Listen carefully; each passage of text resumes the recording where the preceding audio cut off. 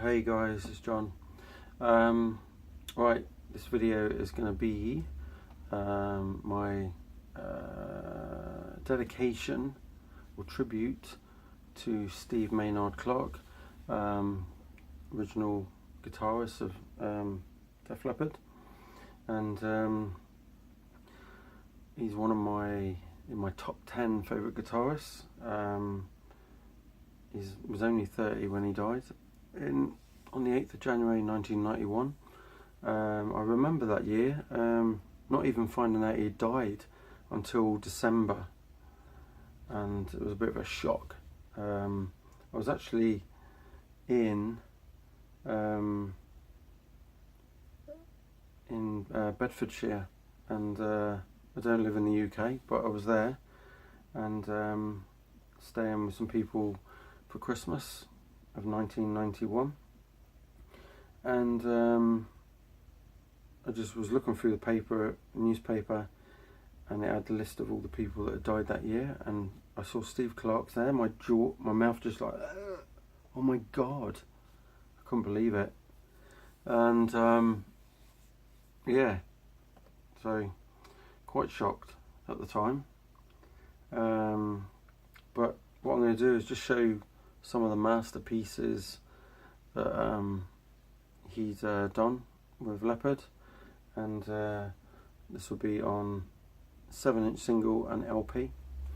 And first of all, we're going to start off with On Through the Night. I know there's not a huge amount of love for this record, but I love the cover, and I do love this album.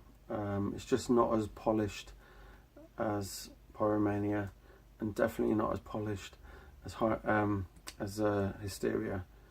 But to say that Rick Allen was like 15 years old playing on this, or just over that I suppose now, when they did this, and the members were very, very young. This is an amazing effort.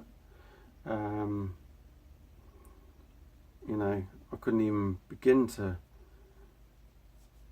even think of what I would have been doing at that age. You know, mess around with cars, bikes, women, but definitely not thinking about start having a band like this. No way. But this is the cooler side of it. So yeah, amazing. Always loved Sorrow Is a Woman, Satellite, Wasted, Overture, Rock Brigade is a great song. Hello America is okay. Rocks Off is okay. It Don't Matter is the weaker, I think, and Answer to the Master is a little bit weaker. It Could Be You I do like, but yeah, that is a killer. And you know, Sorrow Is a Woman is probably one of the oldest and earlier tracks that was called something else, I think, before it was ever put onto a record. And yeah, On Through the Night. Just stick that down there. So at that time, or before that time, you had the EP, Def Leppard EP, We Ride Into the Sun, Get Your Rocks Off, and the Overture. Really cool. Yeah, Wasted with Hello America on the other side.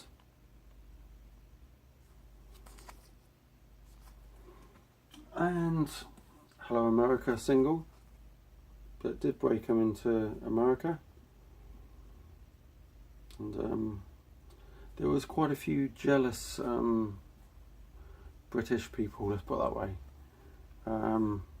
They did seem to do rather well for themselves. And then we go on to the masterpiece, High and Dry. This was probably the second Def Leppard album I remember buying in the late 80s, and certainly the one I played the most. I only knew one other person that listened to this, and I thought I was a bit of an outsider listening to this band and listening to this album, and I really didn't know what I had in my hands at the time.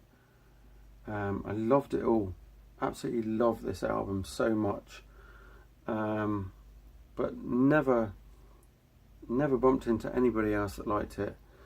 And it's only when I've been on the VC that I've realised how amazing this album has been for loads of other people.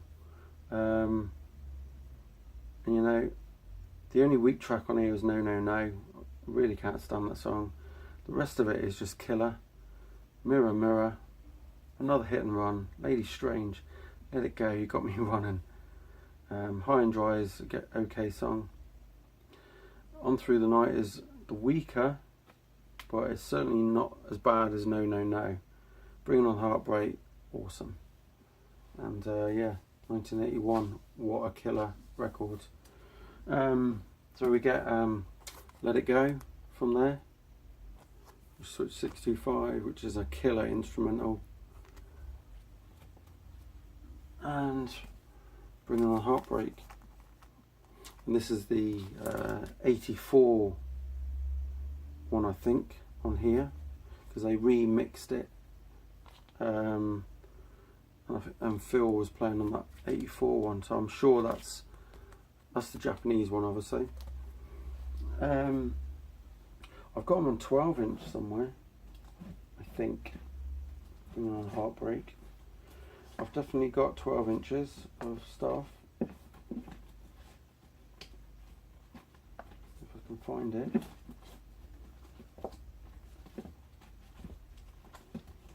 But I thought I'd just show you the 7-inch. Let's see if I got it on there. No, I haven't. Then we go on to the most amazing album, Pyromania. And this is just, this was the last album of the Steve Clark stuff that I got. So I would say about 91, 92 time that I got this, and it just blew me away. Too Late for Love is my favourite song on there, especially the live version on In the Round in Your Face. That is just killer. Foolin', Die Hard the Hunter, Coming Under Fire is amazing. Action Not Words is the weaker track. Stage Fright is just absolutely killer, amazing opener actually on that tour what they did. Rock Rock Till You Drop, Billy's Got a Gun is just killer as well. Rock of Ages is amazing. Photograph, been played too much I think, but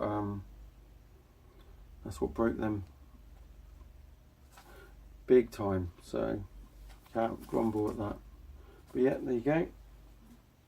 And the only album to keep that off the top spot was Thriller. So Rock of Ages, Action Not Words, Too Late for Love, Foolin' on the other side. My camera edition, I got more than one of these, but just brought one out. Photograph, this is the pop-up camera one. Bringing On Heartbreak on that side. I do have these on 12-inch. And then onto the most polished album they've ever done, which is, and it is amazing. I love this to bits. I don't give a damn if there's haters out there for this. But this was the album that first got me into Leppard, so it's Hysteria. And yeah, Women, awesome. Rocket, awesome. Animal, Love Bites, all amazing.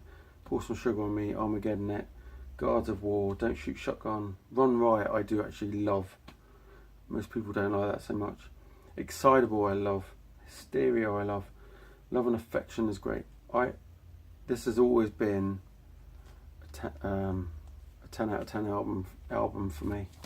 I think I'm losing my voice again. So yeah, absolutely amazing. This was the soundtrack of my teens for sure. And got the American first single, Women, We Tear It Down, the other side. The UK first single, Animal, We Tear It Down, on the other side. Pour Some Sugar on Me, I Want to Be Your Hero, the very first Def Leppard single I ever owned. Not this copy, but I've had one. It's very worn out now. The song I Want to Be Your Hero, it's a shame that wasn't put on Hysteria. That was amazing. Armageddon It with Ring of Fire, that's another amazing track.